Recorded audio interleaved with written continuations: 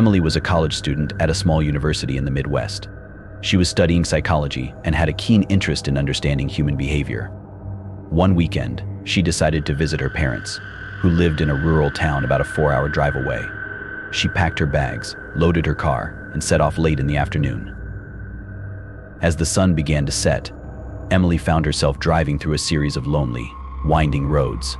The landscape around her was a mix of dense forests and open fields, and there were very few cars on the road. She enjoyed the solitude, listening to her favorite music and thinking about the week ahead. After a couple of hours, the sky grew dark, and the only light came from her car's headlights cutting through the night. Emily was about halfway to her destination when she noticed a figure standing by the side of the road, thumbing for a ride. It was unusual to see a hitchhiker in such a remote area, but she didn't think much of it at first. As she drew closer, she could see it was a young man, probably around her age, wearing a worn-out jacket and carrying a small backpack. Feeling a mix of curiosity and a bit of sympathy, Emily decided to pull over and offer the hitchhiker a ride. She rolled down her window and called out to him, "Hey, need a lift?" The young man approached her car with a grateful smile. "Yes, please. I've been out here for hours. I'm trying to get to the next town." Emily unlocked the passenger door, and the hitchhiker climbed in. "Thank you so much," he said, buckling his seatbelt. "I'm Jake, by the way." "Nice to meet you, Jake." "I'm Emily," she replied, pulling back onto the road. They made small talk for a while, discussing their backgrounds and interests. Jake seemed friendly enough, and Emily felt a bit more at ease. He mentioned he was traveling to visit a friend and had been hitchhiking for the past few days. As they drove, Emily noticed that Jake would occasionally glance at her with an unsettling intensity. She brushed it off as her imagination, trying to focus on the road ahead. After about an hour of driving, the atmosphere in the car began to change. Jake's friendly demeanor started to shift, and he became more reserved. He stared out the window, his expression unreadable. Emily could feel a growing sense of unease, but she tried to keep the conversation going. "Are you okay, Jake? You seem a bit distant," she asked, glancing over at him. Jake turned to her with a faint smile. "Just tired, I guess. It's been a long journey." Emily nodded, but the uneasy feeling lingered. She noticed that Jake's eyes had a strange, almost hollow look to them. The conversation dwindled, and an uncomfortable silence filled the car. Suddenly, Jake asked, "Do you believe in ghosts, Emily?" The question caught her off guard. I don't know. I've never really thought about it," she replied, her grip tightening on the steering wheel. Jake chuckled softly. "You should. There are things out there that can't be explained." Emily felt a shiver run down her spine. She decided it was time to find a way to safely drop Jake off. "Hey, I think there's a gas station up ahead. Maybe we can stop there and you can get some rest." Jake's expression darkened. "No, keep driving. I need to get to the next town." Emily's heart raced. She didn't want to upset him, but she also didn't want to continue this journey with him. She spotted the gas station's neon sign in the distance and decided to take her chances. As they approached the gas station, Emily pulled into the parking lot, her hands shaking. "I'm going to stop here for a bit. I need to use the restroom," she said, trying to sound casual. Jake's gaze was intense. "All right, but hurry up." Emily nodded and quickly got out of the car. She hurried inside the gas station, her mind racing with thoughts of how to handle the situation. She decided to ask the attendant for help. The gas station attendant, an older man with a kind face, looked up as she approached. "Can I help you, miss?" Emily leaned in and whispered, "There's a guy in my car who I picked up hitchhiking. He's starting to freak me out. Can you call the police?" The attendant's expression grew serious. "Stay here. I'll handle it." He picked up the phone and made a call while Emily waited, her heart pounding. She glanced out the window and saw Jake still sitting in the car, staring at her. She felt a surge of fear but knew she had to stay put. After a few minutes, the police arrived. 2 officers approached the car and asked Jake to step out. Emily watched from inside the gas station, hoping this nightmare would soon be over. One of the officers came inside to talk to Emily. "Miss, can you tell us what happened?" Emily recounted the events of the evening, explaining how she had picked up Jake and how his behavior had become increasingly strange. The officer listened carefully, nodding. "Thank you, miss. We'll take it from here," he said, before heading back outside to join his partner. Emily watched as the officers questioned Jake. Suddenly, she saw Jake become agitated, shouting and pointing towards the car. The officers managed to calm him down and led him to their patrol car. One of the officers then returned to Emily. "Miss, we've run a check on him. Jake is actually a missing person, reported about a week ago. His family has been worried sick," the officer explained. Emily felt a wave of relief, but also confusion. But why was he acting so strange? The officer sighed. "It's hard to say. Sometimes, people who go missing experience trauma that affects their behavior. We'll get him the help he needs." Emily nodded, feeling a mix of emotions. She was glad she had trusted her instincts and sought help. Emily continued her journey, now more cautious and aware of the dangers that could lurk on the road. She couldn't shake the image of Jake's haunted eyes and wondered what he had gone through during his time missing. She made it to her parents' house safely, but the encounter stayed with her for a long time. She decided to do some research on missing persons and hitchhiking dangers, hoping to understand more about what had happened. Emily found that many hitchhikers were often victims of circumstances beyond their control, and she felt a deep sense of empathy for Jake and others like him. But her experience led her to volunteer with a local organization that helped find missing persons and support their families.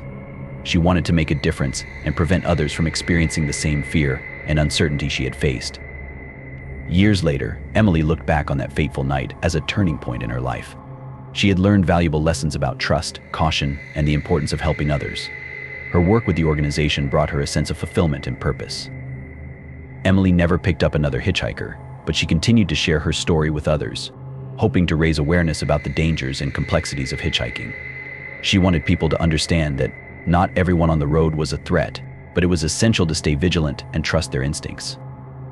Her encounter with Jake, the Phantom Hitchhiker, had been a frightening experience, but it also opened her eyes to the hidden struggles and stories of those she might otherwise never have known. It taught her to look beyond the surface and see the humanity in everyone, even those who seem to be lost. Jack was a seasoned trucker, having spent the last 15 years driving across the country. He loved the freedom of the open road and the solitude that came with it. He had seen many things during his travels, but nothing could prepare him for what he was about to experience. One late autumn night, Jack was driving his usual route through the Midwest, hauling a load of electronics to a distribution center in Denver. The night was unusually dark, with a thick fog rolling in, making visibility difficult. Jack didn't mind, though. He was used to driving in all kinds of weather conditions. He had been driving for several hours without a break, so he decided to pull over at the next truck stop for a quick rest. As he approached a remote truck stop, he noticed a figure standing on the side of the road, frantically waving for help. It was a young woman, looking distressed and cold in the chilly night air. Jack pulled over and rolled down his window. "You need a ride?" he asked, his voice gruff but concerned. The woman nodded, her eyes wide with fear. "Yes, please. I need to get away from here. Can you take me to the next town?" Jack looked her over. She was in her early 20s, with disheveled hair and clothes that looked like they had seen better days. Despite his better judgment, he felt compelled to help her. "All right, hop in," he said, unlocking the passenger door. The woman climbed into the truck, shivering. "Thank you so much. My name is Sarah." "I'm Jack," he replied, pulling back onto the road. "What happened to you, Sarah?" Sarah hesitated, then began to tell her story. She explained that she had been traveling with her boyfriend, but they had a big fight, and he had left her stranded at the truck stop. She had no money, no phone, and no way to contact anyone for help. Jack felt a pang of sympathy for her. "Well, you're safe now. I'll take you to the next town, and you can figure things out from there." Sarah thanked him, her eyes filled with gratitude. They drove in silence for a while, the only sound being the hum of the truck's engine and the occasional creak of the suspension. As they drove, Jack noticed that Sarah seemed to be constantly looking over her shoulder, as if expecting someone to appear out of the darkness. Her anxiety was palpable, and it began to make Jack uneasy as well. "Is everything all right?" he asked, glancing at her. Sarah nodded quickly. "Yes, I'm just worried he'll come after me." Jack frowned. "Your boyfriend?" She nodded again, this time more slowly. "He wasn't a good person, Jack. I'm glad to be away from him." Jack didn't press her for more details, Sensing that she didn't want to talk about it, they continued driving, and after about an hour, they reached another truck stop. Jack pulled in, intending to get some coffee and use the restroom. "Wait here," he told Sarah. "I'll be right back." Sarah nodded, but her eyes remained fixed on the darkness outside. Jack couldn't shake the feeling that something was very wrong. He hurried inside the truck stop, his mind racing with thoughts of what to do next. When Jack returned to his truck a few minutes later, he found the passenger seat empty. Sarah was gone. He looked around the parking lot, but there was no sign of her anywhere. It was as if she had vanished into thin air. Jack's heart pounded in his chest. He called out her name, but there was no response. He searched the truck stop, asking if anyone had seen her, but no one had. It was as if she had never been there. Confused and worried, Jack decided to wait a while, thinking maybe she had just stepped out for a moment. But after an hour passed with no sign of her, he knew something was terribly wrong. He called the police and reported her missing, explaining the situation as best as he could. The police arrived and took his statement, but there was little they could do. They promised to keep an eye out for her, but Jack knew that the chances of finding her were slim. He felt a deep sense of guilt for not doing more to help her. Days turned into weeks, and there was no news of Sarah. Jack couldn't shake the feeling that he had somehow failed her. He continued his routes, but the memory of that night haunted him. He found himself constantly looking for any sign of her, hoping against hope that she would turn up somewhere.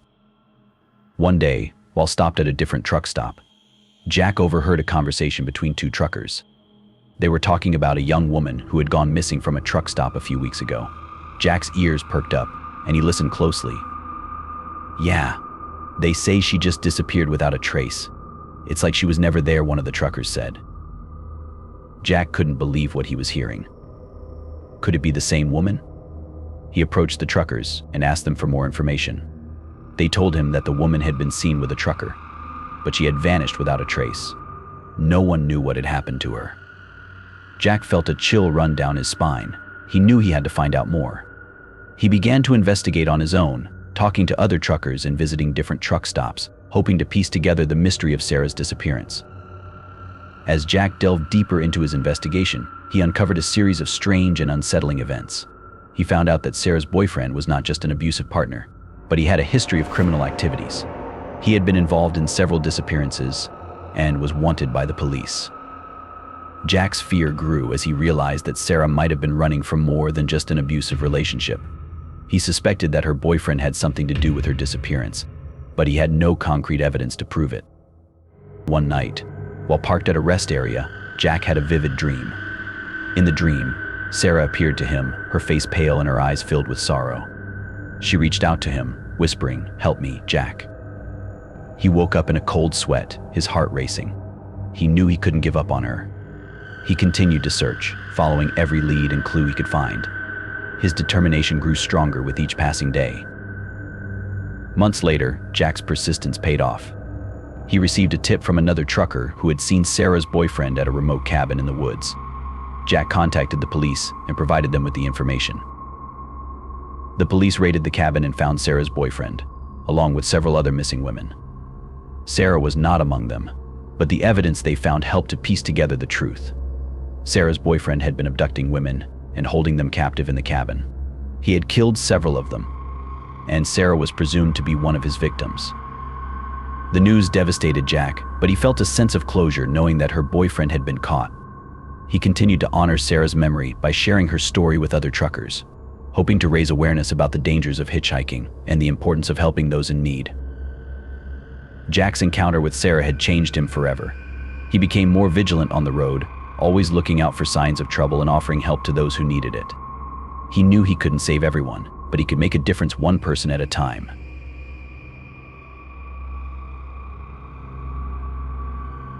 Lisa, along with her two best friends, Megan and Tom, had been planning their road trip for months. They were excited to take a break from their busy lives and explore the scenic routes of the countryside. The trio packed their car with snacks, maps, and all the essentials for a fun-filled adventure. It was early summer, and the weather was perfect for a drive. The sun was shining, and there was a gentle breeze. The plan was to travel through several small towns, visit some tourist attractions, and camp out in a national park.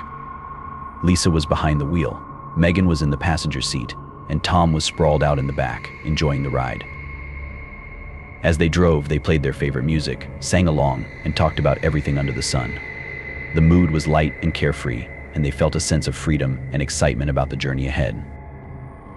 After several hours of driving, they found themselves on a long stretch of highway with no other cars in sight. The landscape had changed from bustling towns to vast, open fields.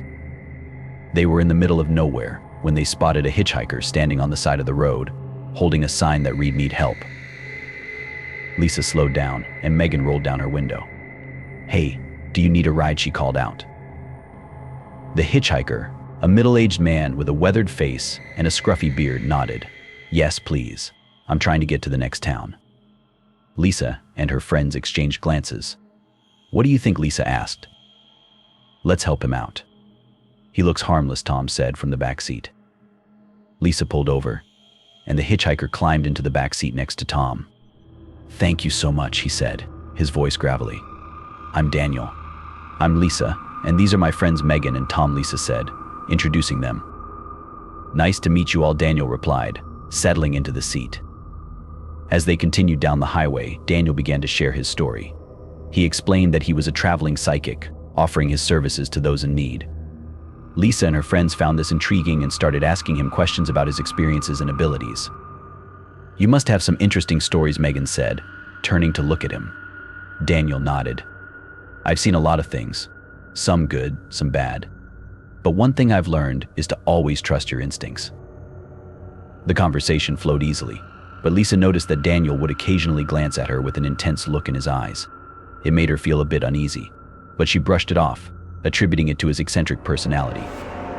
After a while, Daniel's expression grew serious. "I have a warning for you all," he said, his voice lowering. "There is a road up ahead that you must avoid. Do not take the old highway. It leads to danger." Lisa and her friends exchanged puzzled glances. "What kind of danger?" Tom asked. Daniel shook his head. "I can't explain it fully. Just trust me on this. Take the main route, and you'll be safe." Lisa felt a chill run down her spine. She didn't believe in psychics, but something about Daniel's warning felt sincere. "All right, we'll keep that in mind," she said, trying to sound casual. Despite Daniel's warning, Lisa and her friends were curious. After they dropped Daniel off at the next town, they discussed whether they should heed his advice or not. "I think we should stick to the main route," Lisa said, her voice firm. He seemed really serious about it. "Oh, come on, Lisa. It's probably just some old superstition," Tom said, leaning forward. "Let's check it out. It could be an adventure." Megan nodded in agreement. "Yeah, what's the harm? We can always turn back if things get weird." Lisa sighed, feeling outvoted. "All right, but if things start to feel off, we're turning around." They continued their journey, and when they reached the fork in the road, they took the old highway despite Lisa's reservations. The road was narrow and winding, surrounded by dense forests. The further they went, the darker it became, as if the sunlight struggled to penetrate the thick canopy of trees. As they drove deeper into the woods, the atmosphere grew increasingly eerie. The once bright and cheerful day had turned into a gloomy and oppressive twilight. The air felt heavy, and an unsettling silence enveloped them. "This place gives me the creeps," Megan said, glancing around nervously. "Yeah, it's definitely spooky," Tom agreed, his bravado from earlier fading. Lisa tightened her grip on the steering wheel. "I think we should turn back." Just as she said that, they saw something up ahead on the road. A figure was standing in the middle of the highway, unmoving. Lisa slowed the car to a crawl, trying to make out who or what it was. As they got closer, they realized it was a woman, dressed in old-fashioned clothes, staring blankly ahead. Her eyes were hollow, and her skin was pale and lifeless. "Oh my God, what is that?" Megan whispered, fear creeping into her voice. Lisa stopped the car, and the woman slowly turned her head to look at them. Her eyes locked onto Lisa's, and a chill ran down her spine. The woman raised her hand and pointed down the road. "Turn back," she said, her voice a haunting whisper. Lisa didn't need any more convincing. She put the car in reverse and backed away, her heart pounding in her chest. As they retreated, the woman vanished into thin air, leaving them shaken and terrified. With her hands trembling, Lisa managed to turn the car around and head back the way they came. The oppressive atmosphere seemed to lift as they drove away from the old highway, and the sunlight began to filter through the trees again. "Did you see that?" "What was that?" Tom stammered, his face pale. "I don't know, but we need to get out of here," Lisa said, her voice shaking. Megan was silent, staring out the window with wide eyes. The group was in a state of shock, trying to process what they had just witnessed. They drove in silence for a while, the tension in the car palpable. Finally, they reached the main route and continued their journey, but the mood had changed. The carefree excitement of the road trip was gone, replaced by a lingering sense of unease. When they reached their destination, Lisa and her friends were still haunted by their experience on the old highway. They tried to enjoy the rest of their trip, but the memory of the ghostly encounter lingered in their minds. They decided to look up the history of the area and discovered that the old highway had a dark past. There had been numerous accidents and disappearances along that route, earning it a reputation as a cursed road. The woman they had seen was said to be the ghost of a victim who had perished in a tragic accident decades ago. Lisa couldn't shake the feeling that they had narrowly escaped a similar fate.